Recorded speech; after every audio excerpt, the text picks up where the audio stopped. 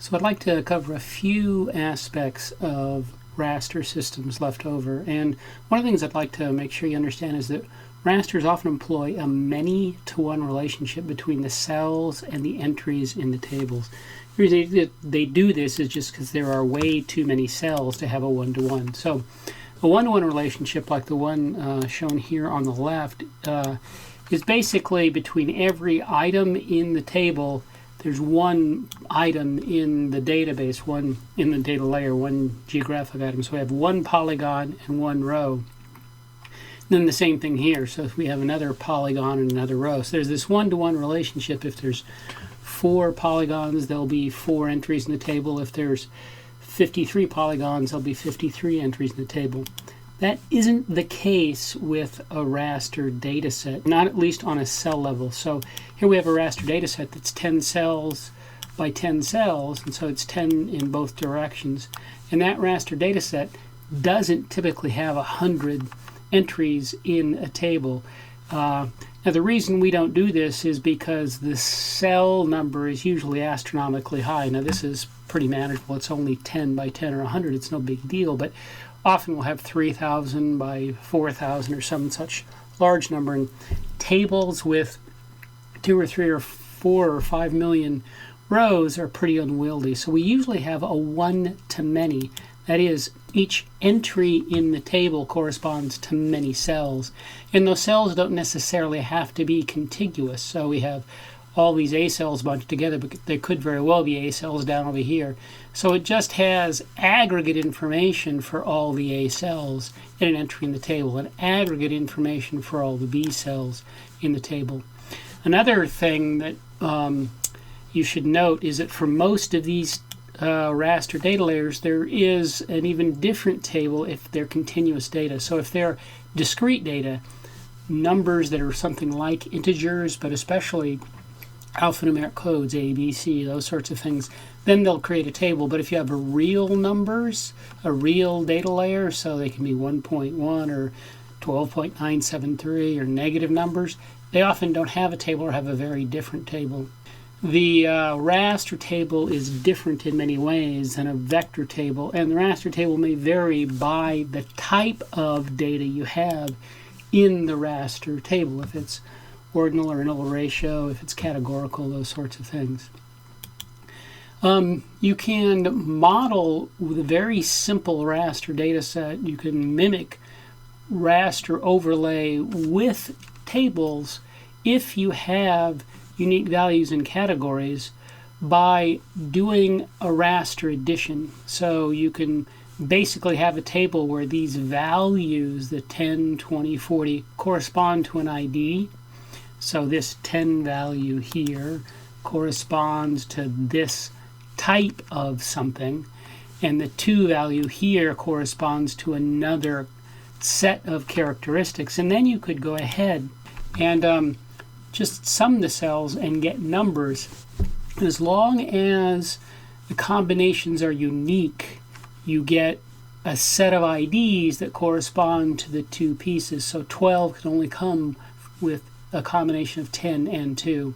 This means, though, that typically these numbers here have to be multiples of 10, while these are only multiples of 1.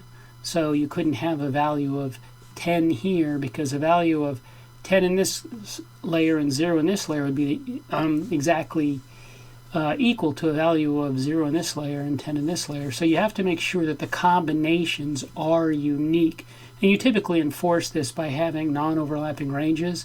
So these might start at 100 and go in increments of 10, and these might start at 1 and only go in increments of 1. You might, a common thing is that you don't allow 0 to be a value. But however you do the addition or combination, you can get unique combinations here, and those can correspond to unique output values.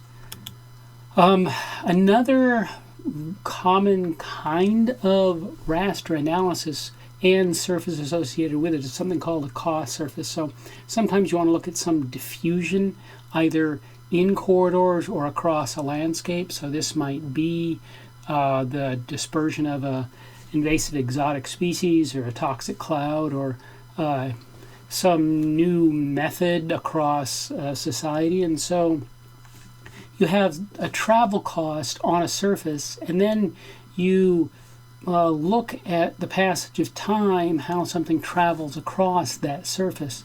Now the units are money or distance or time or some other thing. And the cell value is some measure of how difficult it is to cross the cell.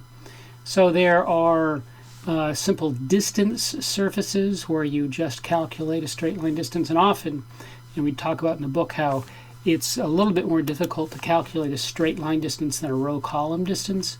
And so people often calculate row column distances because they scale. If the distance itself isn't important, but just what's the nearest or farthest, this row column is fine.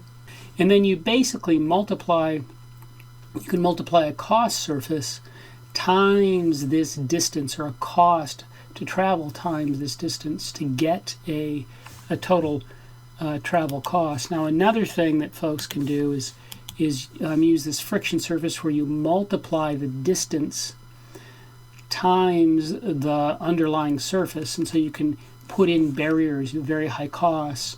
And they have a source cell and a one or more target cells, and you calculate typically the least cost path from the source cell to a set of target cells or vice versa.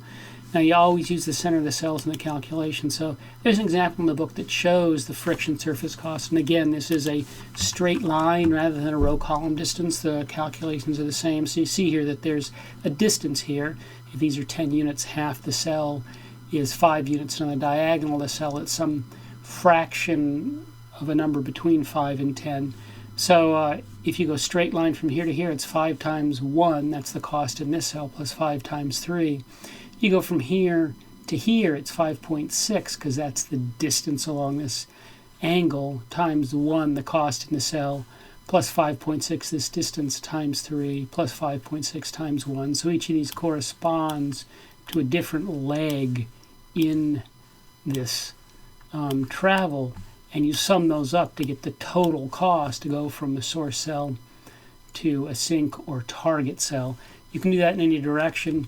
You can mimic travel across a road network or across a field, or put very high costs for crossing things like rivers if there's no bridge to force folks to the nearest bridge, to get some notion of the cost surface.